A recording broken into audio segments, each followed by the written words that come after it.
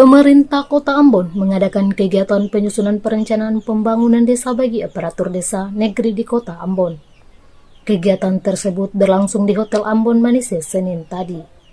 Kegiatan ini diikuti oleh 60 peserta. Pejabat Wali Kota Ambon Bodiwin Watimena dalam sambutannya pada acara itu mengatakan, sejauh ini pemerintah Kota Ambon telah menetapkan 5 kebijakan prioritas pembangunan di tahun 2023 sampai 2024. Salah satu kebijakan prioritas, kata Baduin, adalah konsolidasi pemerintah desa, negeri, dan kelurahan dalam upaya untuk melaksanakan sinkronisasi dan optimalisasi pemanfaatan, yakni terkait dengan berbagai kewenangan desa, negeri, dan kelurahan.